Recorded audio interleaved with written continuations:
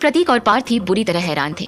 अब तक इंद्रजीत उनके सामने एक बिग बिजनेस टाइकून की तरह बिहेव कर रहे थे और अब वो इस तरह बर्ताव कर रहे थे कि इस शख्स के हुक्म के गुलाम थे। उसके सामने इंद्रजीत घुटनों के बल बैठे थे। आप जो भी ऑर्डर देंगे मैं उसे मानने को तैयार हूँ मिस्टर मेनन। आखिरी शब्द ने प्रतीक और पार्थी को चौंका दिया। मिस्टर मेनन? ये कौन सा मेनन है? प्रतीक सोच में पड़ गया था। उस शख्स ने पूरी ठसक के साथ कहा, तुम अब भी काफी सेंसिबल लगते हो इंद्रजीत, देखे तुम क्या कर पाते हो। इंद्रजीत से बात करने के बाद उस शख्स ने प्रतीक और पार्थी की तरफ देखा। प्रतीक को तो उसने इग्नोर कर दिया, लेकिन उसकी नजरें पार्थी पर जम गई। उसने ऊपर से नीचे तक पार्थी को घूरा। उसके चेहरे पर एक तिरछी स्माइल आ गई, जिसे देखकर कोई भी कह सकता था कि उसके दिमाग में कुछ गंदे ख्याल ही आए थे। लगता है कार्तिक तुम्हारी मदद करनी ही पड़ेगी। उस शख्स ने कार्तिक के कंधे थपथपाए और कहा, जो तुमने कहा वो हो गया समझो। उसने पार्थी पर गंदी नजर डालते हुए कहा। कार्तिक ने थोड़ी शर्मिंदगी जताते हुए कहा, सॉरी मुझे आपको डिस्टर्ब करना पड़ा। वो शख्स थोड़ा हंसा और कार्तिक के कान के पास जाकर बोला, मुश्किल में फंसोगे तो अपने से बड़ों की ही याद आएगी, इसमें सॉरी की कोई बात नहीं। फिर वो इंद्रजीत की तरफ आगे बढ़ता गया और बोला, यहाँ कोई मेरे किसी फैमिली मेंबर को तंग करेगा तो उसे मुझसे तो निपटना ही पड़ेगा। उसने प्रतीक और इंद्रजीत दोनों को घूरते हुए कहा। एग्जीबिशन का ये एरिया बहुत खास गेस्ट के लिए ही ओपन था, लेकिन मेनन फैमिली के एक और मेंबर के वहां आते ही लोगों का मजमा लग गया था। लोगों के बीच कानाफूसी शुरू हो गई थी। एक शख्स ने कहा, ये तो मिस्टर मेनन, अरे वाह, मैं फर्स्ट टाइम इन्हें इतने पास से देख रहा हूँ। एक और शख्स ने कहा, मुझे पता नहीं था कि इन्हें भी ज्वेलरी में इंटरेस्ट है। असल में बहुत सारे बॉडीगार्ड्स के एक साथ अंदर आने से सारे लोगों का ध्यान उन्हीं पर चला गया था और सब एग्जीबिशन के सेंटर में आ गए थे, जहां इंद्रजीत की खास डिजाइन्स डिस्प्ले की गई थी। इंद्रजीत की सांसें भी तेज चल रही थी। उसके डर का तो अता पता ही नहीं था। घुटने पर बैठे बैठे भी वो बुरी तरह कांप रहा था। मिस्टर मेनन का यहाँ आना बिल्कुल अच्छा नहीं है। मुझे क्या पता था कि दानिश की बात मानकर मैं इस मुश्किल में फंस जाऊंगा। पता होता कि सीधे मिस्टर मेनन से सामना होगा तो इन लोगों का फेवर ही नहीं करता। इंद्रजीत मन ही मन पछता रहा था। मेनन ग्रुप एक बहुत बड़ी फैमिली थी। ये शख्स उसी फैमिली का अहम मेंबर था, या यूं कहें कि एल्डेस्ट मेनन का वो फेवरेट ग्रैंडसन था।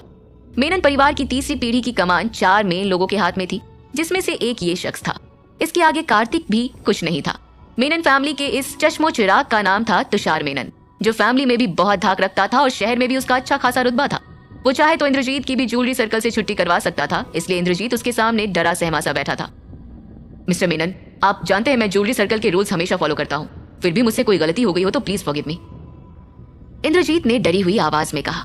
पूरा शहर तुषार मेनन के गुस्से से वाकिफ था। एक बार गुस्सा भड़कने के बाद वो किसी को नहीं बख्शता था। बड़े बड़े बिजनेसमैन भी उसके नाम से कांपने लगते थे। इंद्रजीत भी उसके सामने कुछ नहीं था, न रुतबे में और न ही पैसे में। रूल्स फॉलो करते हो? अच्छा, तुषार ने थोड़ी बेपरवाही से कहा। अगर तुम रूल्स फॉलो कर रहे होते मिस्टर इंद्रजीत, तो क्या मेरे भाई से इस तरह बिहेव करते, दूसरों के सामने उसे मारते? तुषार की बातों से इंद्रजीत और बुरी तरह डर गया। नहीं मिस्टर मेनन, प्लीज मुझे माफ कर दीजिए। तुषार ने इंद्रजीत के चेहरे पर जोरदार तमाचा जड़ा, जिससे इंद्रजीत का चेहरा लाल पड़ गया, लेकिन उसने कुछ कहने की हिम्मत नहीं की, बल्कि जहां बैठा था वहीं थोड़ा और ज्यादा झुक गया। तुषार ने उसे एक और चांटा मारा। इंद्रजीत फिर भी जहां बैठा था वहीं बैठा रहा। यू ओल्ड थिंग, आ गई अकल ठिकाने? उसने चिल्लाकर पूछा। इंद्रजीत ने भी अपने आंसू रोकते हुए हाँ में सिर हिलाया। तुषार जितना अपने बिजनेस को लेकर फेमस था, उतना ही मारपीट करने की आदत के चलते बदनाम भी था। सरेआम लोगों से मारपीट करना और लड़कियों को छेड़ना उसका रोज का काम था। कोई लड़की ज्यादा पसंद आ जाती थी तो उसके साथ एक रात गुजारने के लिए वो किसी भी हद तक जा सकता था, या अपनी पावर्स को भी यूज कर सकता था। मेनन फैमिली की पुलिस और पॉलिटिक्स में इतनी पकड़ थी कि तुषार को कोई कुछ कह भी नहीं पाता था। मैंने सुना तुम नए लोगों को हमारे सर्कल में एंट्री दे रहे हो। तुषार ने इंद्रजीत के पास बैठते हुए ये बात कही, फिर उसका कॉलर ऊपर की तरफ खींच कर कहा, तुम प्रतीक और पार्थी को यहाँ बिजनेस एस्टेब्लिश करने में हेल्प करने वाले हो? क्या तुम खुद को इतना बड़ा समझने लगे हो? उसने चिल्लाकर कहा। इंद्रजीत ने कांपती हुई आवाज में कहा, मिस्टर मेनन, मैं आप जैसा कहेंगे मिस्टर मेनन, मैं वैसा ही करूंगा। आप कहेंगे तो इन दोनों को यहाँ बिजनेस नहीं करने दूंगा, दोनों को यहाँ से बाहर कर दूंगा और इनकी कंपनी को भी ब्लॉक कर दूंगा। तुषार के सामने सिर झुकाए इंद्रजीत ने कहा।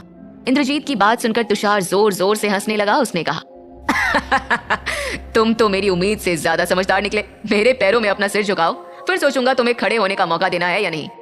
इतने में पार्थी भी चिल्ला पड़ी, ये गलत बात है मिस्टर इंद्रजीत, आप हमें हेल्प करने का वादा कर चुके हैं और ऐसे लोगों के सामने घुटने टेकना अच्छी बात नहीं है। उसे चिल्लाता देख सब चुप हो गए।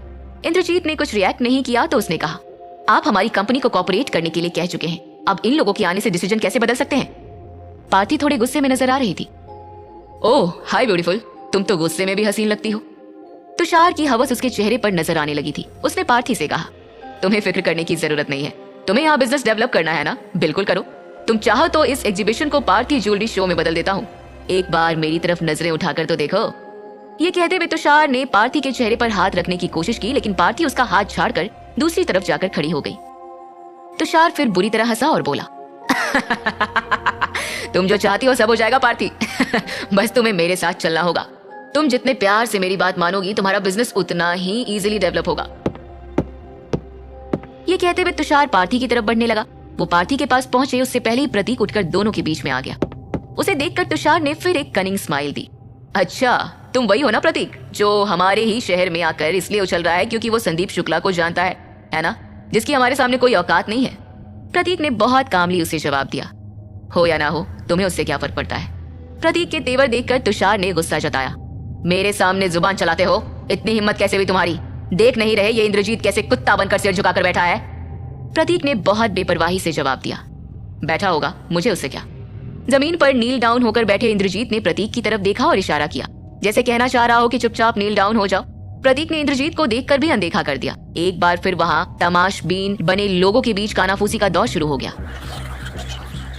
इस आदमी की हिम्मत तो देखो, ये मिस्टर मीनन के सामने सिर उठाकर खड़ा है, पक्का पागल है कोई। किसी और ने कहा, इसने तो अपनी मौत को बुलावा दे दिया समझो। यहाँ कौन है जो तुषार की बात मानने से इनकार कर दे? प्रतीक से ज्यादा तो वहां मौजूद लोग डरे हुए थे, जो तुषार के टेम्परामेंट से वाकिफ थे। वो गलत भी नहीं थे क्योंकि तुषार का गुस्सा काफी भड़क गया था। उसने कहा, तुम ऐसे नहीं मानोगे, लगता है तुम्हें सबक सिखाना ही पड़ेगा। तुषार प्रतीक के पास गया और उसके गाल पर जोर से चांटा मार दिया। ये चांटा उस थप्पड़ से भी जोरदार था जो तुषार ने इंद्रजीत को मारा था।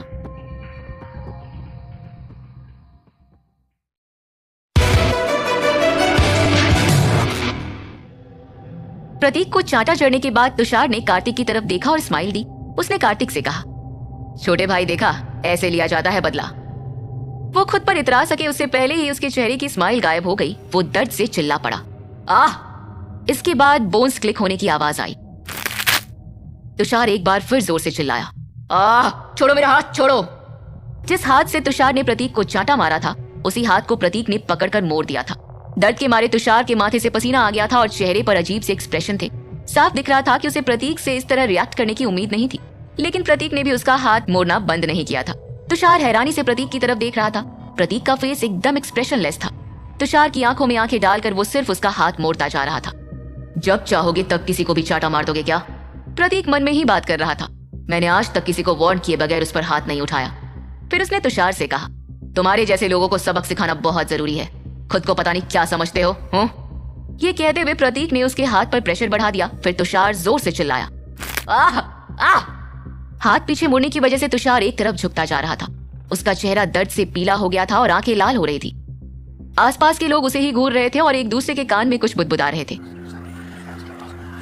इसकी इतनी हिम्मत कि मेरे सामने इस तरह से पेश आए, शायद ये जानता नहीं कि मैं कौन हूं। तुषार गुस्से से मन में ही सोच रहा था। फिर उसने प्रतीक से कहा, तुम जानते भी हो किससे पंगा ले रहे हो? मसूरी में लोग मेरे सामने आंख उठाने से भी डरते हैं। तुम मेनन फैमिली के बारे में कुछ जानते भी हो? कार्तिक भी घबराया हुआ था। उसकी आंखों में डर और हैरानी दोनों थी। प्रतीक, तुम अपनी मौत को बुलावा मत दो, छोड़ दो उन्हें।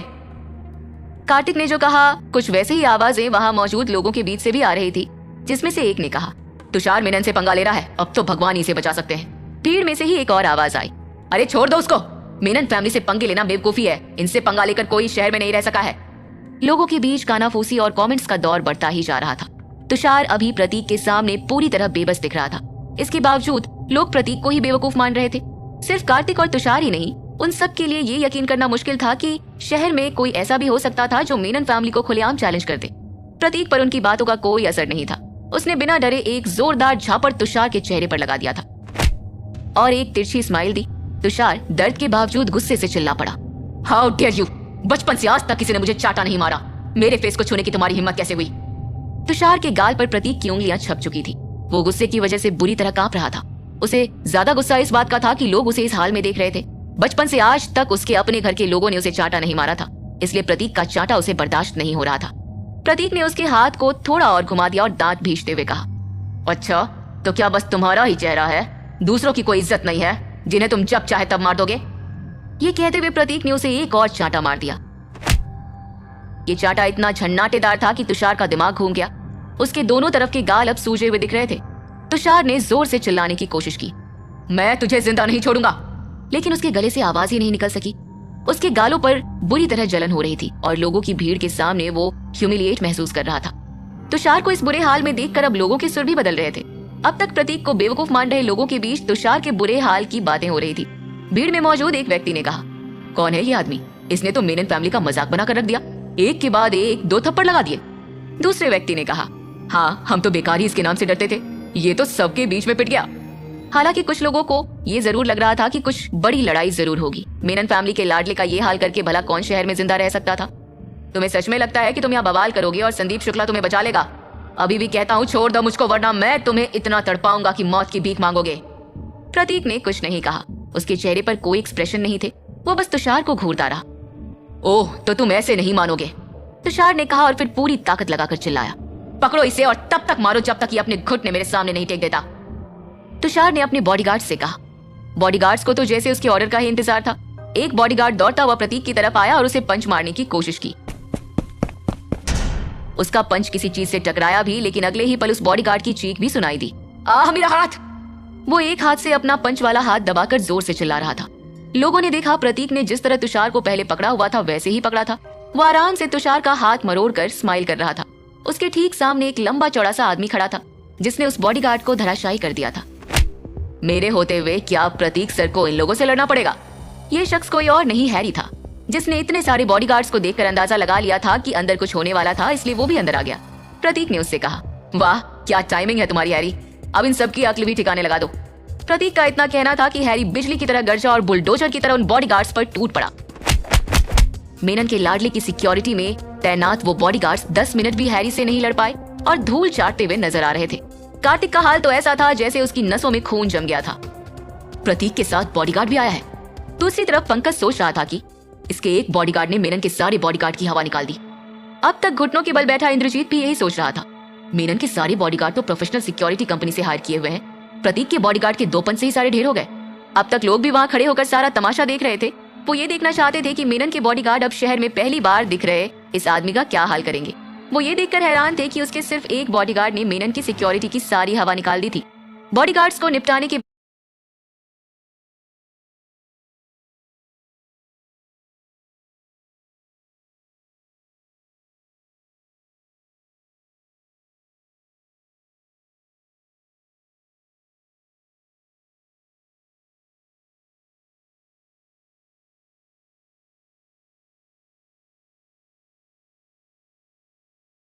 बाद हैरी कार्तिक और पंकज की तरफ बढ़ा। उसकी आंखें इस कदर लाल थी जैसे खून की प्यासी हो। उसे ये लुक देखकर आम लोग भी डर के मारे इधर उधर होने लगे। कार्तिक और पंकज भी पीछे की तरफ कदम बढ़ाने लगे। पंकज ने कहा, हमें छोड़ दो, हमें जाने दो। दूसरी तरफ तुषार प्रतीक की गिरफ्त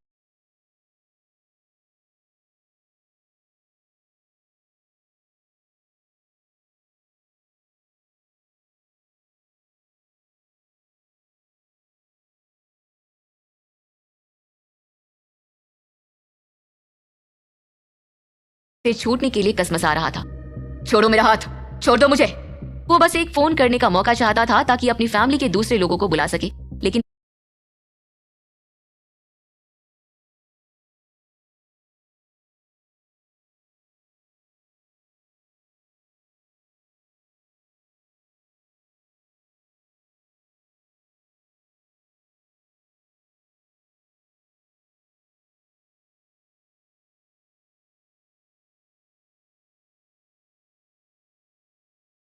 प्रतीक उसे जरा भी ढील नहीं दे रहा था। जान आफत में थी, लेकिन तुषार की अकड़ कम नहीं हुई थी। उसने प्रतीक को फिर वार्न करने की टोन में कहा, प्रतीक,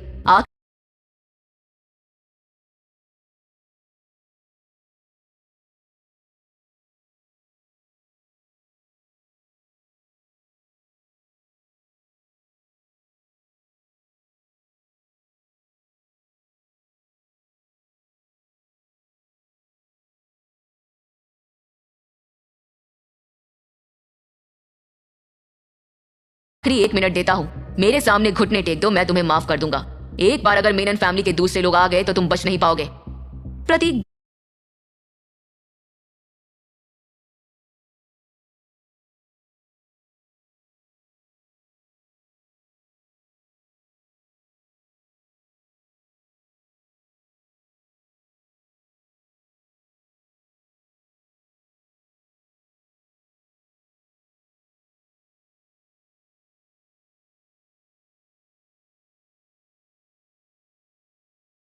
बहुत अजीब तरह से तुषार को देख रहा था। रस्सी जल गई पर बल नहीं गया। इतनी मार खाने के बाद भी आदमी धमकियां दे रहा है, कमाल है। प्रतीक उसे घूरते हुए अपने मन में ये बात सोच रहा था।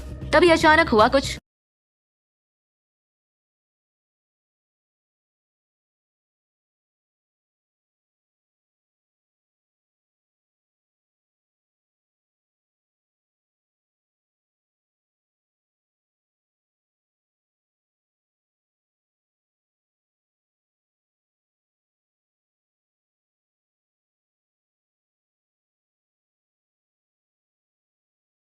प्रतीक ने तुषार पर अपनी पकड़ ढीली कर दी और उसे छोड़ दिया।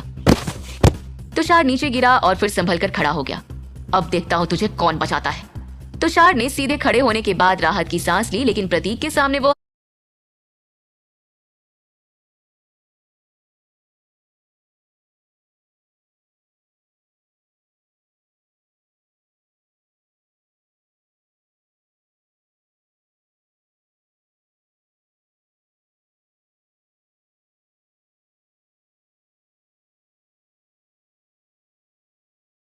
हार मानने को तैयार नहीं था।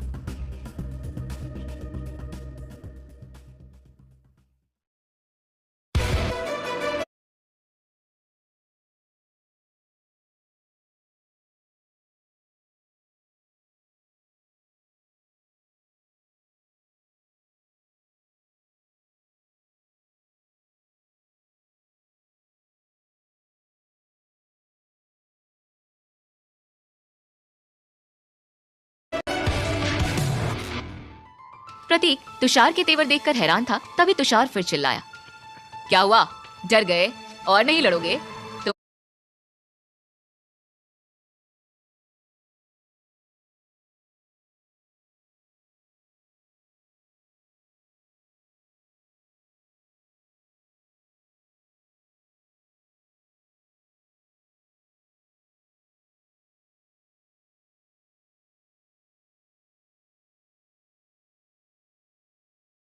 मुझे हरा नहीं सकते, मुझे कोई नहीं हरा सकता। अभी भी वक्त है, मुझसे माफी मांग लो। अगर तुम माफी मांगोगे तो मैं तुम्हें जाने दूंगा। प्रतीक ने मुस्कुराते हुए हैरी की तरफ देखा। हैरी इशारा समझ गया।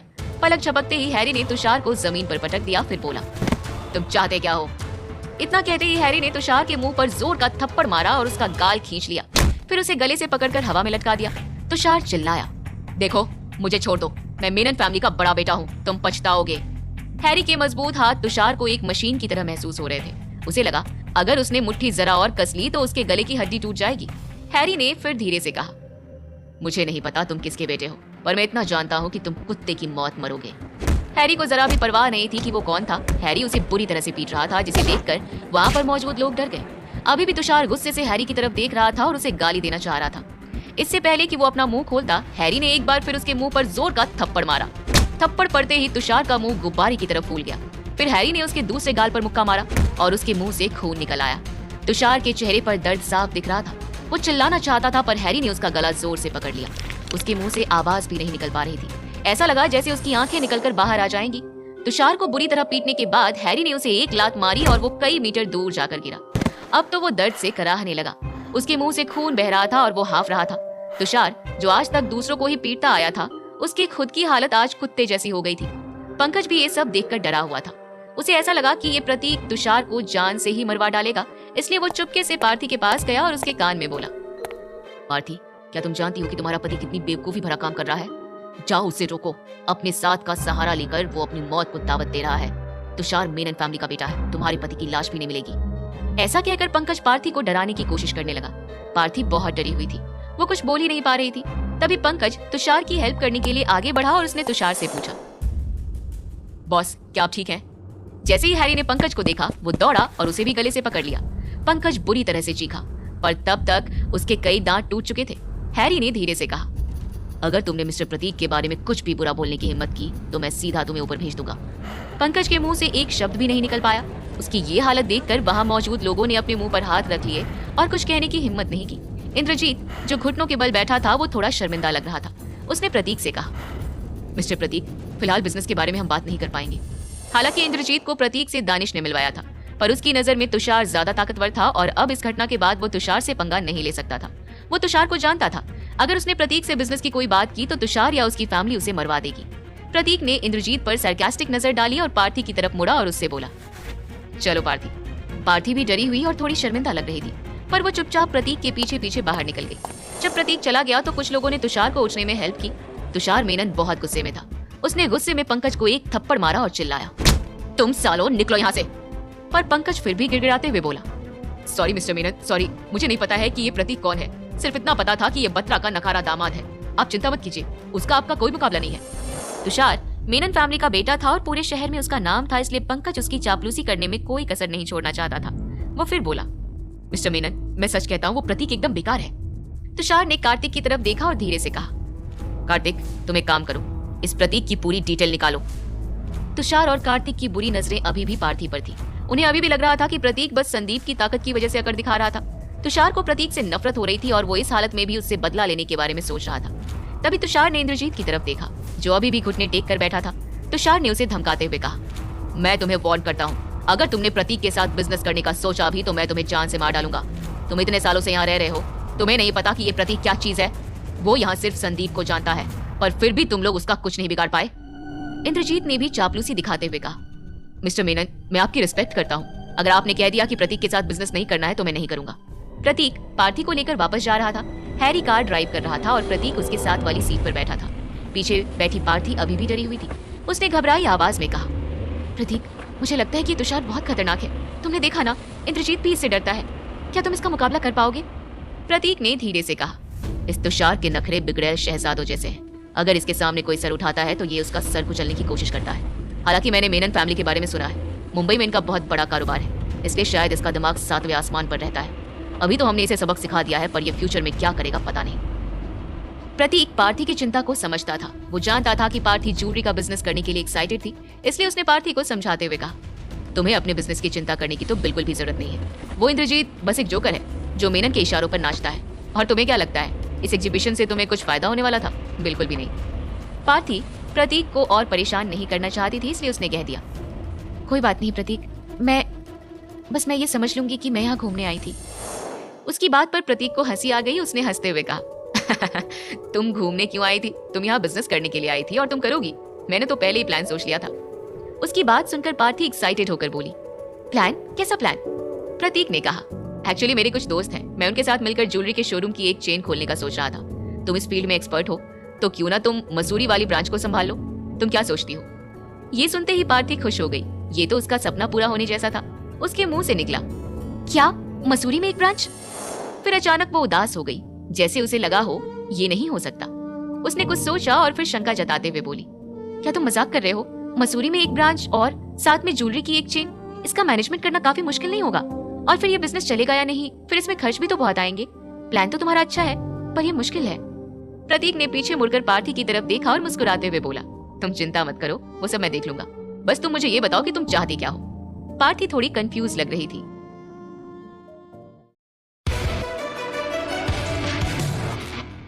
प्रतीक जानता था कि पार्थी के लिए उसका ज्वेलरी बिजनेस क्या मायने रखता था, इसलिए प्रतीक ने उसके लिए मसूरी में ज्वेलरी ब्रांच खोलने का फैसला लिया था। उसे बस पार्थी की हाँ का इंतजार था। हालांकि जब उसने पार्थी को ज्वेलरी ब्रांच खोलने की बात कही तो पार्थी खुश थी, पर उसके मन में डर भी था। प्रतीक ने उससे धीमी आवाज में पूछा, एक्चुअली मैं जानना चाहता हूँ कि तुम्हारे मन में ज्वेलरी ब्रांच को खोलने के लिए क्या कंफ्यूजन है?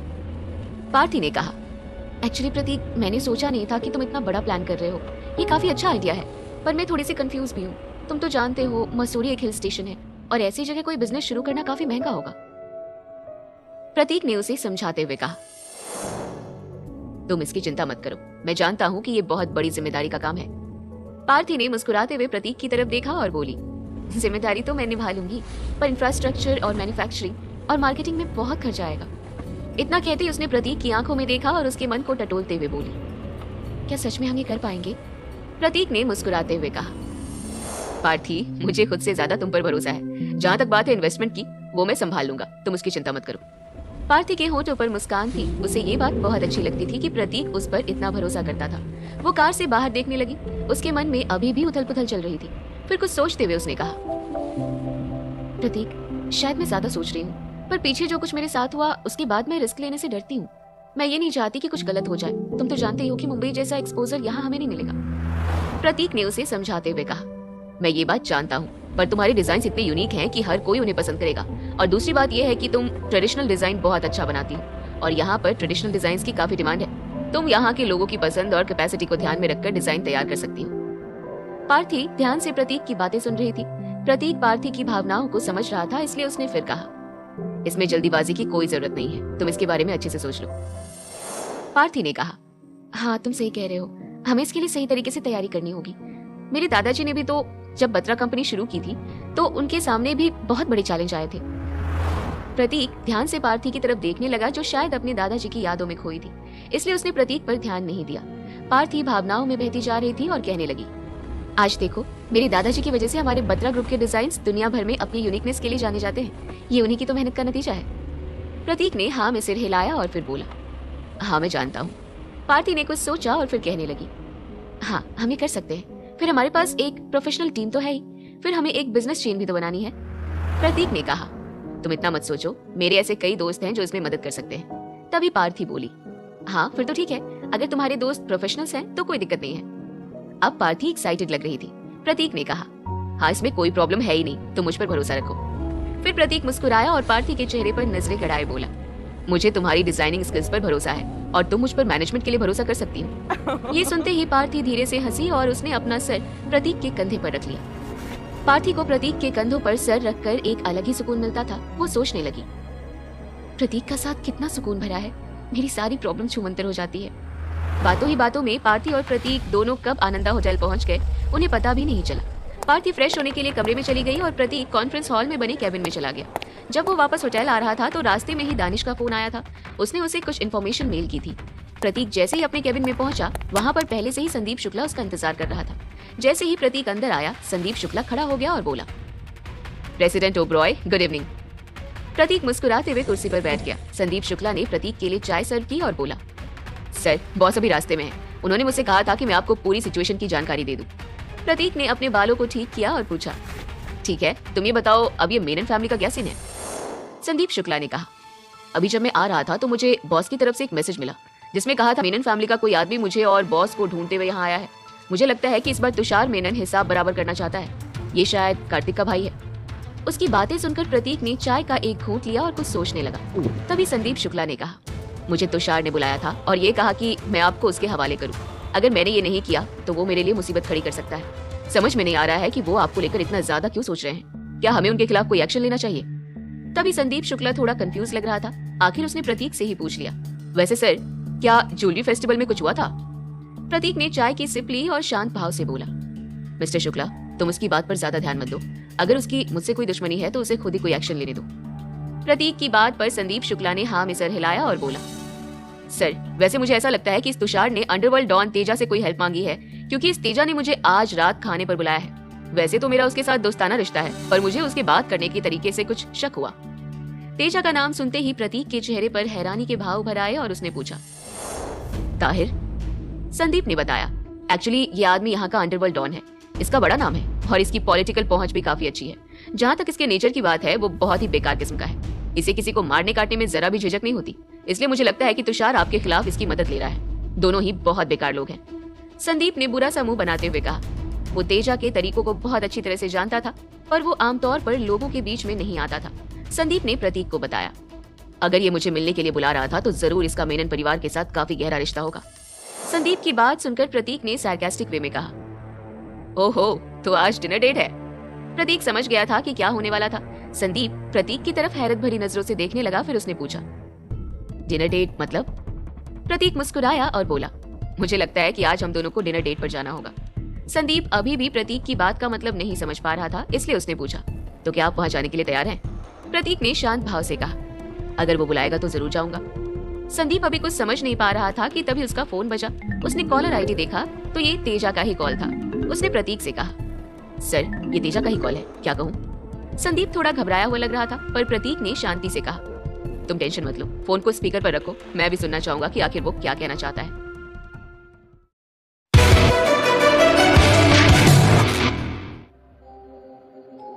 प्रदीप संदीप की बातों से समझ गया था कि उसे आगे क्या करना था, इसलिए उसने संदीप का फोन स्पीकर मोड पर रखने के लिए कहा और संदीप ने वैसा ही किया जैसा प्रतीक ने कहा।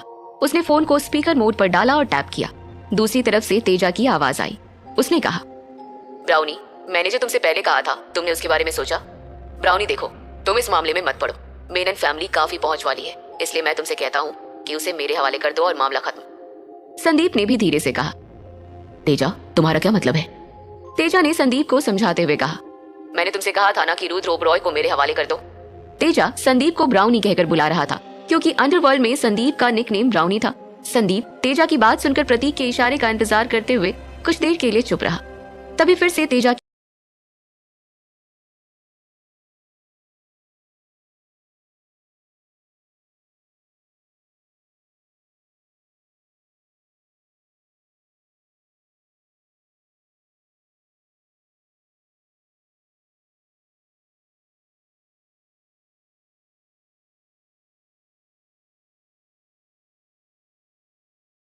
की आवाज आई।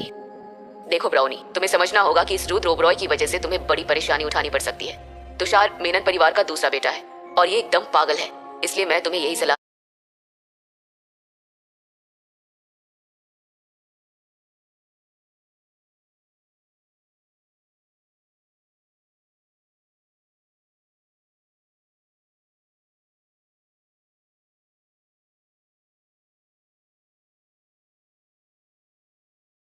दूंगा कि तुम बीच में मत पड़ो। वो आगे कुछ कहता है, उससे पहले ही संदीप ने उसकी बात काटते हुए कहा, देखो तेजा, अगर ऐसी बात है तो फिर मैं कुछ नहीं कर सकता। अगर तेजा ने संदीप को पहले कभी धमकाया होता तो संदीप डर जाता, पर अभी उसके साथ प्रतीक था और वो प्रतीक की असलियत जानता था।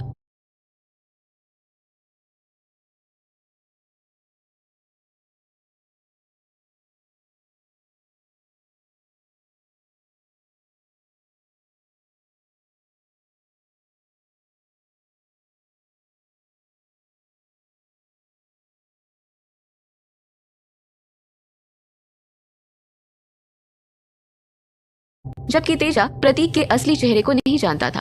उन लोगों के लिए वो सिर्फ ओबरॉय फैमिली का वारिस था, जिसे किस्मत से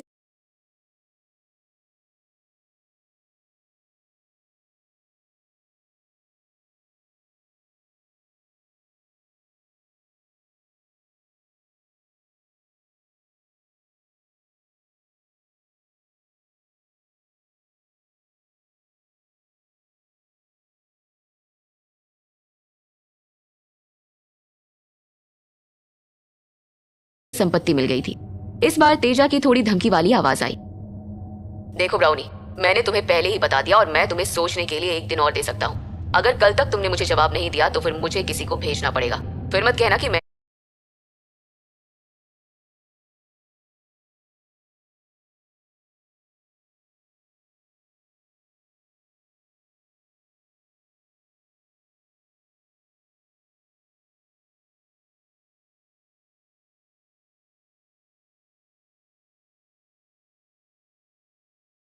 मैंने दोस्ती नहीं निभाई। अच्छा, तुम अभी डिनर पर तो आ रहे हो ना? तुषार भी यही है, तुम उससे मिल लेना। प्रतीक ने संदीप की तरफ हाँ कहने का इशारा किया और संदीप ने तुरंत कहा,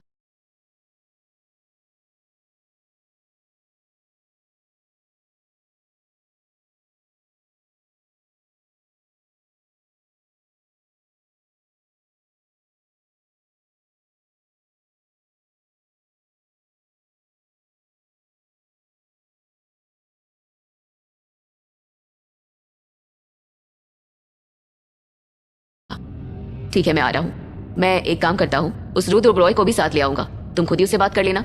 ये सुनते ही तेजा के हंसने की आवाज आई।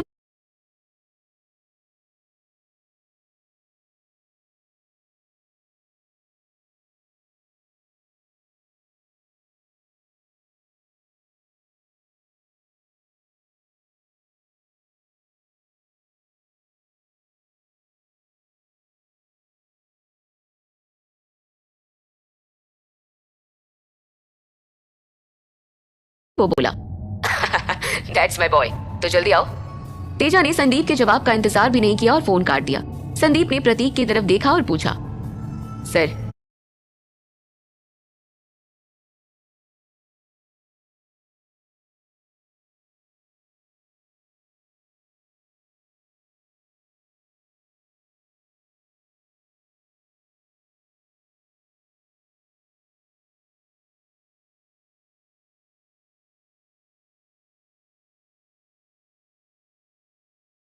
आप बताइए हमें क्या करना चाहिए। प्रतीक एक्साइटेड लग रहा था। उसने कहा, क्या करना चाहिए? जब तुम्हारे दोस्त ने डिनर पर बुलाया है तो एक डिनर डेट हो जाए। संदीप ने हाँ में सर हिलाया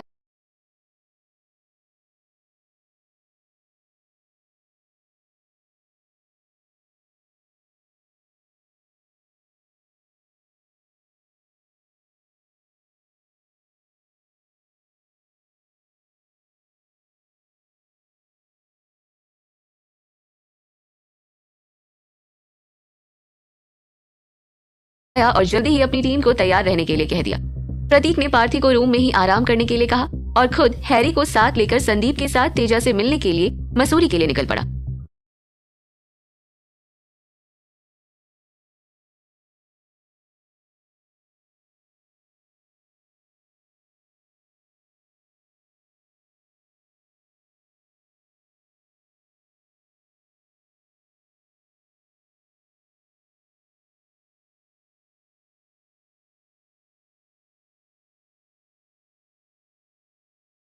लगभग आधे घंटे में वो तीनों मसूरी पहुंच गए। मसूरी में एक आलीशान होटल के एक प्राइवेट रूम में तेजा ने डिनर रखा था। एक बड़ी सी मेज जिसमें बहुत सारी डिशेस सजाई गई थी, जिसकी खुशबू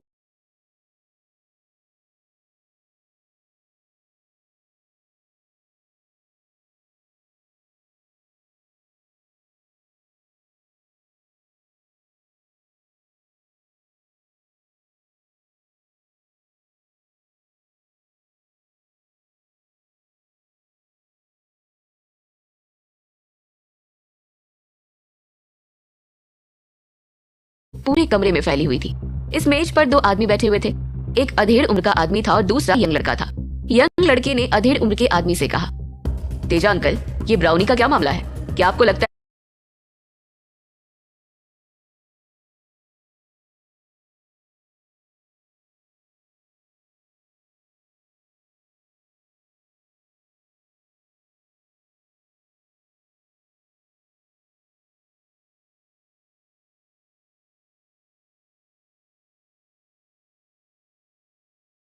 है कि वो आपके कहने से यहाँ आ जाएगा? और क्या वो इस मामले में आपको हेल्प करेगा? उसकी बात सुनकर तेजा ने कहा, डियर भतीजे तुषार, अभी इतना भी बूढ़ा नहीं हुआ कि मेरा खौफ खत्म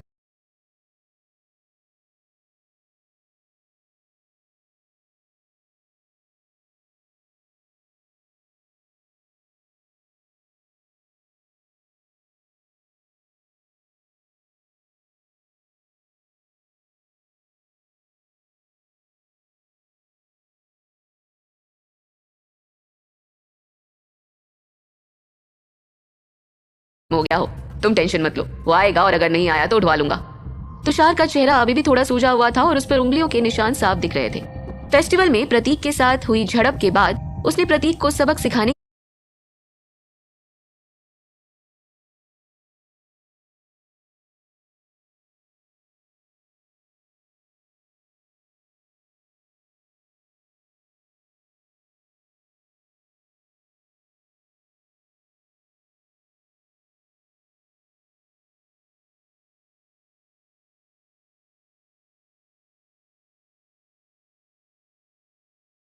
के लिए तैयारी शुरू कर दी थी और इसलिए उसने तेजा से हेल्प मांगी थी।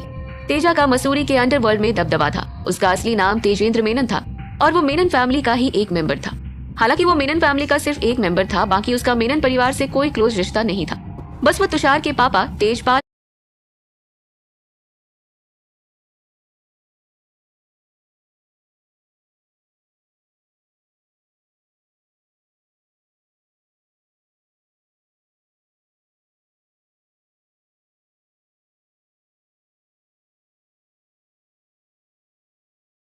मेनन का करीबी दोस्त था, इसलिए तुषार ने उससे हेल्प मांगी थी। तेजा ने फिर सिगरेट का एक कश खींचा और धुआं बाहर फेंकते हुए बोला, ब्राउनी दानिश का कुत्ता है और वो उसकी बात मानेगा। देहरादून में दानिश की पावर काफी ज्यादा है। अगर ये संदीप नहीं माना तो फिर मैं इसे दानिश के पास ले जाऊंगा। कुछ तो मुझे करना है, मैं ऐसे ही इसे कैसे छोड़ दूंगा। देहरादून अंडरवर्ल्ड में भी लोग मुझसे डरते हैं और वहां की पॉलिटिक्स में भी मेरी काफी पकड़ है। इतना कहने के साथ ही तेजा ने एक और सिगरेट का कश लिया और फिर कुछ सोचते हुए बोला, मुझे एक बात समझ में नहीं आ रही है कि ये ब्राउनी रुद्र ओबरॉय पर इतना मेहरबान क्यों है। आखिर ये रुद्र ओबरॉय है क्या चीज? जहां तक मैं जानता हूँ रुद्र ओबरॉय का हमारे अंडरवर्ल्ड में कोई नाम नहीं है। तभी तुषार ने कहा, ये एक्चुअली ओबरॉय फैमिली का वारिस है जिसे नई नई प्रॉपर्टी मिली है। इससे पहले ये एक नकारा दामाद हुआ करता था और कुछ नहीं। मुझे लगता है कि ये नया अमीर बना है, इसलिए ये पैसों के बल पर अकड़ रहा है। इसे तो मजा चखाना होगा। अंकल, मुझे लगता है कि ये कुछ ज्यादा ही उड़ रहा है। और हाँ, अगर आज आपका ये ब्राउनी नहीं आता है तो फिर कल हम सीधे आनंदा होटल जाएंगे और उसे सबक सिखाएंगे। मैं इस रुद्र ओबरॉय को सबक सिखाने के लिए और इंतजार नहीं कर सकता। मैं जब तक उसे धूल नहीं चटा दूंगा मुझे चैन नहीं मिलेगा। तुषार गुस्से में बोला, जिस पर तेजा फूहड़ हंसी सा और बोला, ये भतीजे, तुम कुछ ज्यादा जल्दी में हो। तुम्हें उसे सबक सिखाने की जरूरत नहीं पड़ेगी, मैं ही उसे सबक सिखा दूंगा। और मैंने उस ब्राउनी को बुलाया है, वो मेरी बात टाल नहीं सकता, उसमें इतनी हिम्मत नहीं है। अभी उसने इतना ही कहा था कि दरवाजे पर किसी ने नॉक किया। तेजा ने दरवाजे की तरफ देखा, तभी उसका एक बॉडीगार्ड अंदर आया और उसने कहा, बॉस, ब्राउनी किसी को लेकर आया है। ये सुनते ही तेजा की आंखें चमक उठी और उसने कहा, जल्दी भेजो, उसी का तो इंतजार है। फिर उसने तुषार की तरफ देखा और बोला, मैंने कहा था ना, ब्राउनी काफी तेज है, वो जानता है कि मेरी बात ना मानने का नतीजा क्या हो सकता है। बाहर जैसे ही गैलरी से होते हुए प्रतीक और संदीप प्राइवेट रूम की तरफ बढ़ने लगे, उनके पीछे कुछ बॉडीगार्ड्स भी चलने लगे। पूरी गैलरी में 50 से ज्यादा बॉडीगार्ड थे जिनके हाथों में बंदूकें थी। संदीप ने पीछे आ रही बॉडीगार्ड की टुकड़ी की तरफ देखते हुए कहा, तुम लोग यहीं रुक सकते हो, तेजा मेरा दोस्त है और हमारी उसके साथ कोई लड़ाई नहीं है। ये सुनते ही बॉडीगार्ड्स की टुकड़ी वहीं रुक गई और प्रतीक, संदीप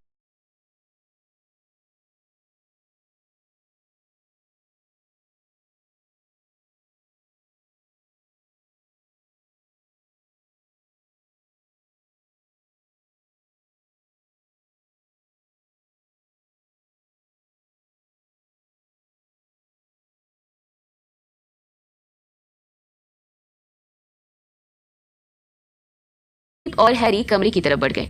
जैसे ही संदीप ने दरवाजे से एंटर किया, अंदर तेजा ने गर्मजोशी के साथ उसका स्वागत किया और बोला, हो ब्राउनी, मेरे भाई, आओ, मैं तुम्हारा इंतजार कर रहा था। कहते हुए तेजा ने एक नजर प्रतीक की तरफ भी डाली और उसकी तरफ भी हाथ उठाया। तेजा ने प्रतीक और संदीप को रिस्पेक्ट के साथ बिठाया। हैरी प्रतीक के पीछे खड़ा हो गया। प्रतीक को देखते ही तुषार का चेहरा गुस्से से लाल हो गया। ऐसा लग रहा था जैसे वो प्रतीक को अभी मार डालेगा। तेजा ने एक नजर तुषार के चेहरे पर डाली और उसे शांत रहने का इशारा किया। फिर वो संदीप की तरफ नजर घुमाते हुए बोला, देखो ब्राउनी, ज्यादा बात नहीं करना चाहता। तुम मेरे साथ डिनर करने के लिए आए हो और मैं इसके लिए थैंकफुल हूँ। तुम जानते ही हो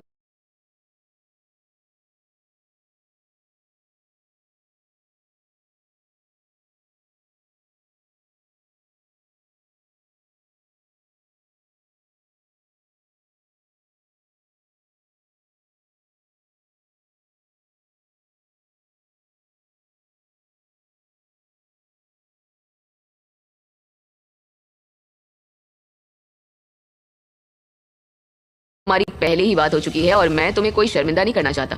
मैंने अपना मन बना लिया है। इतना कहते ही उसने प्रतीक की तरफ एक नजर डाली,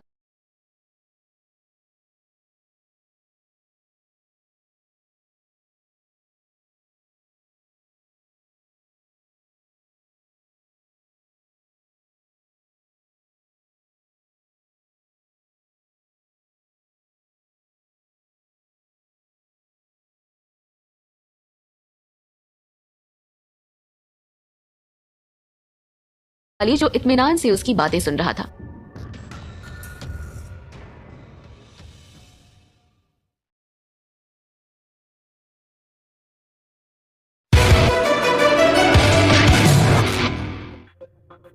प्रतीक को देखकर तेजा के चेहरे पर कोई एक्सप्रेशन नहीं था। उसे प्रतीक के हुलिये से ऐसा लगा जैसे वो कोई आम आदमी था। प्रतीक भी लापरवाही से बैठा था। तभी वेटर उनके लिए चाय लेकर आया। तेजा संदीप के साथ तुषार का इंट्रोडक्शन करवाते हुए बोला, मैं तुम्हें बताना चाहता हूँ, ये मेरा भतीजा है तुषार। तुमने इसके बारे में तो सुना ही होगा। संदीप ने मुस्कुराते हुए कहा, हाँ, ये मेनन ग्रुप के साहबजादे हैं। इनका नाम काफी मशहूर है और जाहिर सी बात है कि मैं इनके बारे में जानता हूँ। तेजा ये सुनकर काफी सेटिस्फाइड लग रहा था। वो ये सोचकर खुश था कि उसके कहने पर संदीप तुरंत वहां पहुंच गया और साथ में रुद्र ओबरॉय को भी लेकर आया था। उसने संदीप से कहा, ब्राउनी, मुझे लगता है अब तुम ये भी समझ गए होंगे कि ये रुद्र ओबरॉय कितना बेवकूफ आदमी है और इसने किसके साथ पंगा लिया है। इसने मेरे भतीजे को पीटने की हिम्मत की। चलो पहले तुम लोग चाय पी लो, फिर बात करते हैं। संदीप कुछ कहता उससे पहले ही तुषार ने वाइन का ग्लास उठाया और संदीप की तरफ बढ़ाते हुए बोला, इस ओबरॉय को मेरे हवाले करने के लिए ये ड्रिंक तुम्हारे नाम। जैसे ही तुषार ने संदीप की तरफ वाइन का ग्लास बढ़ाया, संदीप ने तुरंत कहा, एक मिनट रुको, मैं इसे एक्सेप्ट नहीं कर सकता। ये सुनते ही तुषार गुस्से में खड़ा हो गया और बोला, क्या मतलब है तुम्हारा? मेनन फैमिली का वारिस तुम्हें शराब का ग्लास देकर रिस्पेक्ट कर रहा है और तुम्हारी इतनी हिम्मत कि तुम मुझे इंसल्ट कर रहे हो? संदीप ने तुषार की बात का कोई जवाब नहीं दिया और उसने तेजा की तरफ देखते हुए कहा, तेजा, मैंने रुद्र ओबरॉय को तुम्हें नहीं सौंपा है। जैसे ही तेजा ने यह सुना उसने संदीप को घूरते हुए कहा, ब्राउनी ये क्या कह रहे हो? कहते हुए तेजा की आईब्रोज सिकुड़ गई और वो आगे बोला, क्या तुम इसे यहाँ हमें सौंपने के लिए नहीं लाए थे? इसका परिणाम जानते हो? तेजा के चेहरे के एक्सप्रेशन अचानक बदल गए। उसे लगा कि ब्राउनी उसकी बात को सीरियसली नहीं ले रहा था और शायद उसे नहीं मालूम था कि इसका परिणाम क्या हो सकता था। तभी संदीप ने धीरे से कहा, मैं यहाँ पर मिस्टर रुद्र ओबरॉय और तुषार के बीच हुई गलतफहमी दूर करने के लिए आया हूँ। संदीप की ये बात सुनकर तेजा ने अपने दांत पीस लिए और दबी जुबान में कहा, इस ओबरॉय की औकात ही क्या है? ये है कौन? तभी वो घिनौनी हंसी हंसा और बोला, ए ब्राउनी, मुझे लगता है कि तुम मजाक कर रहे हो। क्या तुम मेरे ही अड्डे पर आकर अपने लिए मुसीबत खड़ी करने पर नहीं तुले हो? तभी तुषार ने कहा, अंकल तेजा, आपका ये ब्राउनी पागल हो गया है लगता है। फिर तेजा ने धीरे से कहा, इस सब का मतलब क्या है? तुम्हें क्या लगता है जब तुम यहाँ आ गए हो तो तुम यहाँ से बचकर वापस जा सकते हो? इस ओबरॉय को तुषार के पास सरेंडर करो, नहीं तो। तभी प्रतीक ने धीरे से कहा, क्या हो अगर मैं आपसे ये कहूं कि इस तुषार मेनन को मुझे सौंप दीजिए? जैसे ही प्रतीक ने ये कहा, अपनी लाल आंखों से तेजा ने प्रतीक को घूरा और गुस्से में बोला, तमीज से बात करो, जानते भी हो तुम क्या कह रहे हो? ये मत समझना कि तुम ओबरॉय ग्रुप के मालिक बन चुके हो तो मैं तुमसे डर जाऊंगा। और हाँ, तुम जिसके भरोसे यहाँ आए हो वो दानिश मेरे सामने हाथ जोड़ता है। ये कहते ही तेजा ने अपनी उंगलियां चटकाई और बोला, मैं तुम सबको यूं चुटकियों में खत्म कर सकता हूँ। जैसे ही तेजा ने चुटकी बजाई, अचानक कमरे के चारों तरफ गुप्त दरवाजे खुल गए और उनके पीछे से कुछ बॉडीगार्ड्स अंदर आ गए। सबका एक हाथ जेब में था। ये नजारा देखकर संदीप थोड़ा घबरा गया। उसे उम्मीद नहीं थी कि इस कमरे में कई गुप्त दरवाजे भी होंगे, पर प्रतीक एकदम शांत था। शूटर्स की संख्या लगभग 20 थी। प्रतीक ने शांत भाव से तेजा की तरफ देखा और बोला, अच्छा तो ये है तुम्हारी डिनर डेट? तभी तुषार प्रतीक पर चिल्लाया और बोला, लानत है तुम पर, तुम्हें ओबरॉय ग्रुप की कुर्सी क्या मिल गई? तुम्हारा घमंड आसमान तक पहुंच गया। मैं तुम्हें ऐसी जगह गाड़ूंगा कि तुम्हारी बॉडी भी कभी नहीं मिलेगी। तुषार का सूजा हुआ चेहरा अब गुस्से से लाल हो गया था। तभी तेजा अपने बॉडीगार्ड्स की तरफ इशारा करते हुए बोला, इस ब्राउनी को बाहर निकालो और इस ओबरॉय के पैर तोड़ डालो, फिर इसे तुषार के हवाले करो, ये इसे खुद सजा देगा। तभी संदीप, जो गनर्स की भीड़ को देखकर परेशान हो गया था, उसने अपने माथे का पसीना पोंछते हुए कहा, तेजा तुम्हें पता भी है तुम क्या कर रहे हो? मिस्टर ओबरॉय मेरे बॉस दानिश के बहुत अच्छे दोस्त हैं और तुम जानते हो कि अगर मेरे बॉस को गुस्सा आ गया तो वो क्या करेंगे। फिर मुझसे मत कहना कि मैंने तुम्हें बताया नहीं था। संदीप की बात सुनकर तेजा फिर एक बार फूहड़ हंसी हंसा और बोला, तुम्हारा बॉस दानिश? अबे सुन, मैं यहाँ का राजा हूँ और तुम लोग सब मेरी प्रजा हो। याद रखना, मैं तुम लोगों को कुछ कहता नहीं हूँ, इसका मतलब ये नहीं है कि तुम लोगों की पावर मुझसे ज्यादा हो गई। इतना कहते ही तेजा ने अपने बॉडीगार्ड्स की तरफ इशारा किया। 2 लोग प्रतीक की तरफ बढ़े। प्रतीक अभी भी शांत बैठा था। उसने चाय का सिप लिया और उसने अभी कप को मेज पर रखा ही था कि अचानक तेजा के दोनों बॉडीगार्ड्स हवा में उछले और धड़ाम से नीचे गिरे। अभी 1 मिनट भी नहीं बीता था कि जितने भी बॉडीगार्ड्स उस कमरे में थे वो सब जमीन पर लौटते हुए नजर आए। किसी को गन निकालने तक का मौका नहीं मिला। हैरी ने एक ही झटके में सबको धूल चटा दी थी। तभी तुषार चिल्लाया, रुद्र ओबरॉय, तुम बहुत आगे बढ़ रहे हो। तुम्हें क्या लगता है तुम्हारा बॉडीगार्ड इन सारे बॉडीगार्ड्स को हरा देगा और तुम बच जाओगे? तेजा भी गुस्से में चिल्लाया, सबसे पहले रुद्र ओबरॉय के इस बॉडीगार्ड को गोली से उड़ा दो। तभी अचानक कमरे के बाहर से 10-12 बॉडीगार्ड कमरे में आए और उन्होंने हैरी पर निशाना साधा। उन्हें देखते ही हैरी का चेहरा शैतान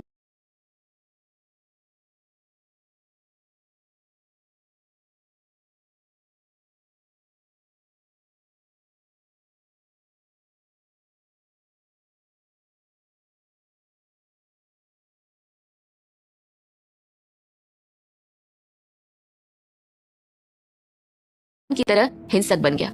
हैरी ने इससे पहले भी कई बेहद खतरनाक मिशन किए थे और उसने एक साथ 100 हथियारबंद सैनिकों को ढेर किया था, इसलिए वो किलिंग मशीन के नाम से मशहूर था। ये 10-12 शूटर तो उसके लिए सिर्फ एक मजाक थे। वो लोग बंदूक का ट्रिगर दबाते उसके पहले ही हैरी छलांग लगाकर तेजा की कुर्सी के पीछे आ गया और उसे गले से पकड़कर हवा में लटका दिया।